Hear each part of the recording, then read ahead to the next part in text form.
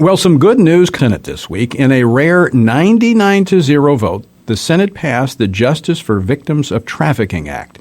The bill, amazingly, had been stalled due to Democrats' unwillingness to support language that had been in bills like this for years, called the Hyde language. The language simply makes sure that taxpayer money doesn't go toward abortion, something the Democrats always find hard to part ways with. However, the bill did pass, and the language to protect taxpayers from being forced into the abortion business remained in the bill. This is a huge win for the Republicans in the Senate, and my thanks to the Republican leadership for standing firm on this core principle of life. Joining me now with the latest on this is the Senator from Oklahoma, our good friend, James Lankford. James, welcome back to Washington Watch. Tony, glad to be with you again on the weekend.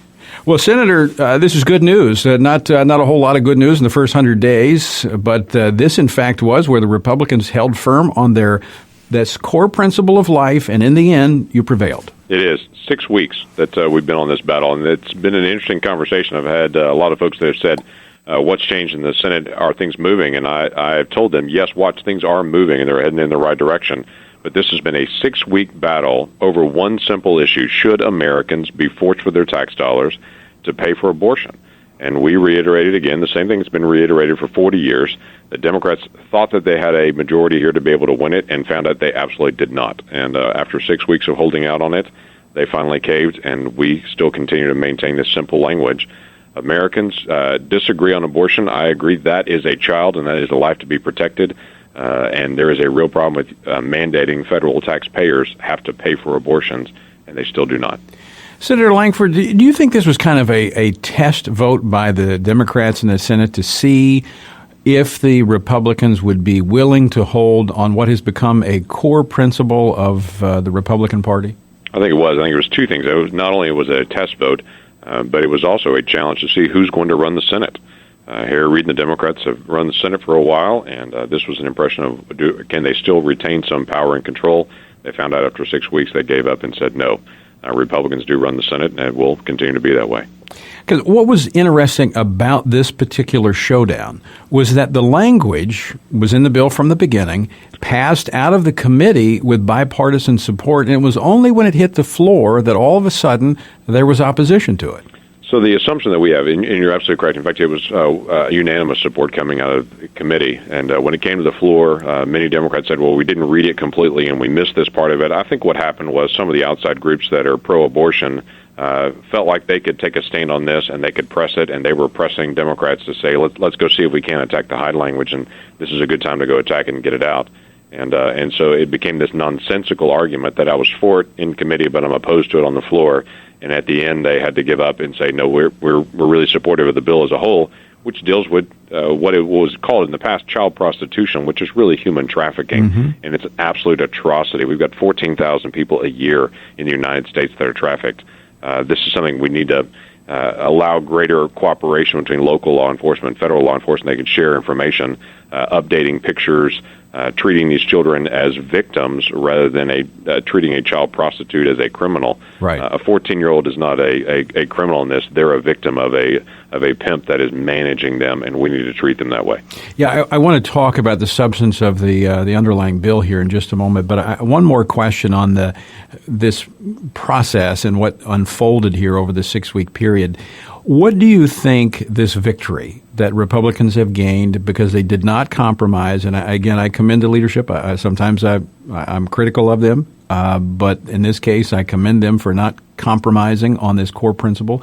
What does this mean going forward? Does this embolden the Republican leadership to hold their ground? I think it does, and I think it shows the leverage points that you have in leadership. One of the things that McConnell said early on is he will not bring Loretta Lynch up for even a vote in the president's nominee for the attorney general until this is resolved.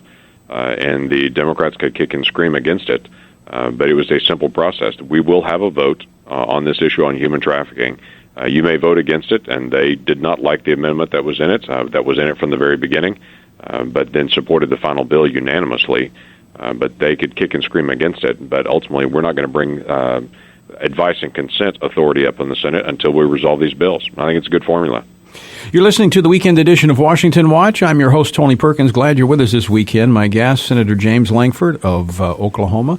Senator, let's now talk about, I still want to get to Iran and what Congress is doing to ensure that if there is a deal, it's a good deal. I'm going to talk about that in a moment. But first, I want to go back to the underlying bill here and this issue of human trafficking. A lot of people think this is something that happens in faraway places across our borders, but it's actually happening right here in the United States of America, and it is a huge problem. It is an enormous issue. It's children that are being drawn into it. Many of them are runaways. These runaways are out on the street. They're predators that are trying to pick them up. Others are individuals that are literally being smuggled in from other countries. And told that they will get their freedom or they'll be able to reconnect with their families if they will perform these sex acts and if they'll get a chance to do this work. So it has been a significant issue. So Americans have to be on the watch for some individuals. They turn their heads and look at it where they may walk the streets and think, goodness, that's a young prostitute. Very often that's going to actually be someone who's been trafficked and is being held captive, or members of their family are in serious danger. So it's now an awareness issue among Americans as well. To stop trying to treat a child as a child prostitute and understand this is really a person that's been trafficked in persons and they've been coerced. And so let's try to find a way to help them escape out of this. And of course, one of the things I think we also have to focus on, and when I first became aware of and involved in this issue about 6 years ago, the magnitude of the problem was just, it had escaped me. I didn't realize how big it is and how prevalent it is and how it's in almost every neighborhood in America. It's not something that just happens in the dark alleys of big cities. It's happening in suburbia. It's everywhere. But part of this, I mean, you cannot look at this, Senator, and not ask the question, what is going wrong in our culture when we begin to see these children as sex objects to use? Right. And it's a product of child pornography that has become prevalent, of pornography in general that is prevalent across our culture. It is a sexually charged culture that continues to be able to push the boundaries of moral, any kind of morality. And it's a very sad thing. It's one of the areas where we as a church are uniquely prepared to be able to step into. Government will always chase down the consequences. We chase down the root issues where the church can step up and love on people and on families, reach out to runaways, help individuals that are in a time of real crisis as a family, and to be able to protect some of those individuals forever getting into this spot. 14,000 individuals a year, it is estimated, in the United States. And you're right, it's across every state, especially states where there's a large interstate connection, where you actually have people that are actually moved from one state to another, and a lot of runaways. So as we chase down runaways and as we love on individuals and families, we do help deal with the root causes on this problem. Yeah, Senator Lankford, that's a good distinction, that the government tracks down the consequences, deals with the consequences. In the church, we have an opportunity to deal more with the root causes. And I think when you go, I'm going to go back to the item you listed, which I think is a huge feeder of this problem, and that's pornography, child pornography.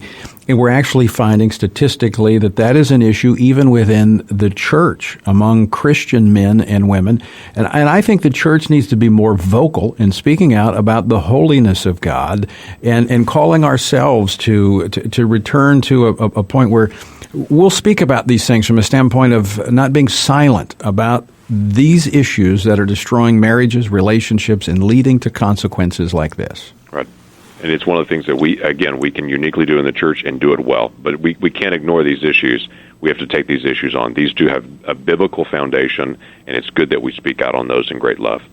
You're listening to the weekend edition of Washington Watch. My guest, Senator James Lankford of Oklahoma. Senator, our time's almost up, but I do want to touch base with you. Coming up in just a moment, General Jerry Boykin's going to be discussing Iran's latest move in moving off the coast of Yemen. But I want to go back. Congress has spoken very clearly that if there is to be a deal with Iran over their nuclear program between the P5+1, that the deal has to be good for Americans. Are you optimistic that Congress can be involved in this and come up with a deal that is beneficial to America? I think Congress can and should be involved in this. The problem that we have is the sanctions agreement that currently is what we're operating under allows the president to waive those sanctions for what he calls national security reasons. So literally Congress is in an odd spot to get engaged. We have to pass something new, put it past the president, and say we want to get back involved in this process. So whatever we pass has to have at least 67 votes in it to be able to override a veto to make it clear to the president, you cannot go around us, because he can go around us right now unless we pass something with a veto-proof majority. So it's very important that we pass a piece of legislation, put it across the president's desk, let him veto it, bring it back to Congress, and say, no, Congress absolutely demands to be a part of this conversation and to have that ultimate veto authority for a deal if it's a bad deal. I hope we can resolve this diplomatically. I think everyone does. But I'm extremely skeptical, based on the framework of this negotiation, that it's now assuming that Iran will have nuclear weapons in the days ahead, will have functioning centrifuges, and even those centrifuges that they don't have online will just be parked over in the corner of the room, turned off. That doesn't slow down their nuclear weapons program. That only tells them, we're watching you, and hopefully you'll do it in a year rather than in a couple of months. That doesn't help in our national security. Senator Lankford, one final question. What are the prospects of that legislation passing? And the second part of that, what can people do to be helpful? The Secretary of State, John Kerry, spoke with the Senate in a closed-door meeting and pleaded with the Senate not to act on anything to allow the administration to do what it wants to do. Later that day, the Senate Foreign Relations Committee met and unanimously passed a sanctions bill. And then that is now coming to the Senate floor next week. Will be debated all of next week, and I think will pass overwhelmingly as well, and then head on to the House. So the Senate has spoken loud and clear. There's a loss of trust for the president in how he's handling these negotiations, and they want to get reengaged. Senator James Lankford, thanks for taking time out of your weekend to join us. Glad to do that. Thanks for what you're doing. All right, Senator James Lankford of Oklahoma.